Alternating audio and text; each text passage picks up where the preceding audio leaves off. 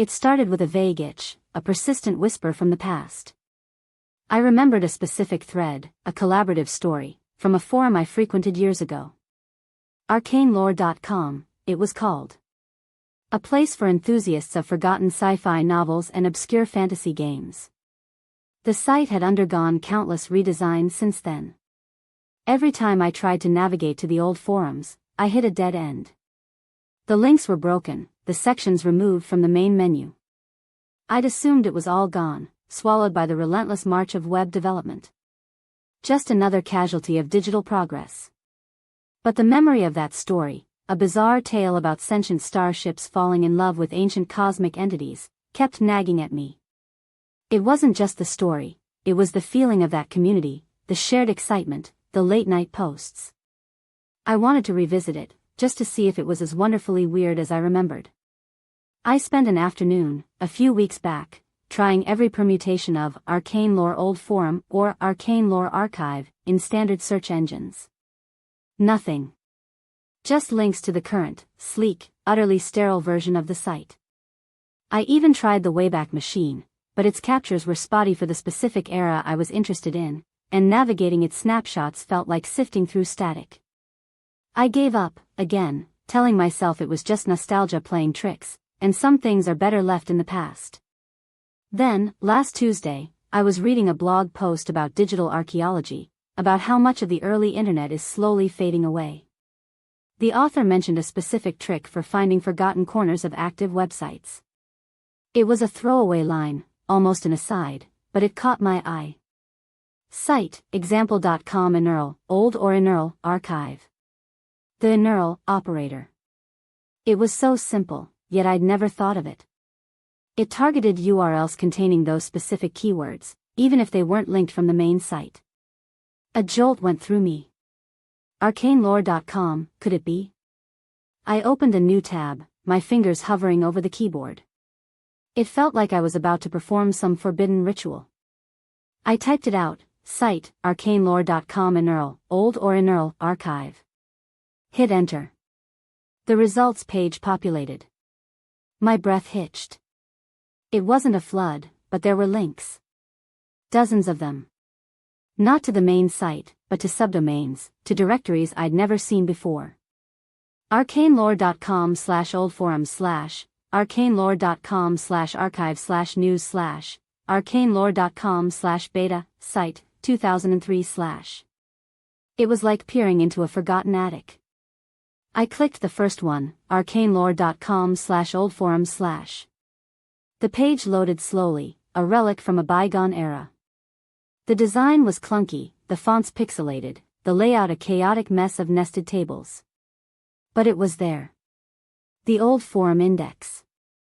I scrolled down, my heart thumping. Collaborative fiction. I clicked. And there it was. The Starship's Lament. The thread. It had hundreds of replies, spanning years. I clicked on the first page, then the last. Reading through it, I saw my own username, my old avatar, my clumsy contributions. The story was even stranger, even more wonderful than I remembered. The community's collective imagination had spun a tapestry of cosmic romance and existential dread. I spent an hour just reading, lost in the words, the inside jokes, the passionate debates over plot points. It was a time capsule, perfectly preserved. But the real surprise came when I went back to the search results. One link, in particular, stood out, arcanelore.com/archive/modlogs/personal notes, June 2007.html. It wasn't a forum thread, or a news article. It looked like a personal file. Curiosity overriding caution, I clicked. It was a blog post, a raw, unedited entry from one of the site's original moderators, a user named Cosmic Drifter. I remembered him. He was always the calm voice, the one who kept the peace, the architect of many of the forum's best events. The post was dated June 2007, right around the time I remembered him becoming less active. He wrote about the immense joy he found in building the community, the friendships forged, the creative explosion. But then he wrote about the burnout. The endless hours of moderation, the petty squabbles, the pressure to keep the site fresh, the thankless task of dealing with trolls. He talked about how the passion slowly eroded, replaced by a sense of obligation, then resentment. He confessed to feeling like he was losing himself in the digital world he'd helped create. He ended the post by saying he needed to step away, to find his own stars again, away from the glow of the monitor. He apologized for leaving, but said he couldn't continue. I sat there, staring at the screen, the pixelated text a stark contrast to the profound honesty of the words. I'd never known. None of us had. We just noticed he was gone, and someone else took over. We assumed he'd just moved on, as people do online. But this was different. This was a window into the human cost of maintaining these digital spaces, the unseen labor, the emotional toll. The collaborative story was a beautiful piece of nostalgia, a confirmation of a cherished memory. But Cosmic Drifter's post was a revelation. It wasn't just about finding forgotten web pages, it was about finding forgotten human experiences, the quiet struggles behind the public facade. It gave context to a departure I'd never questioned, and it added a layer of depth to my understanding of that old community.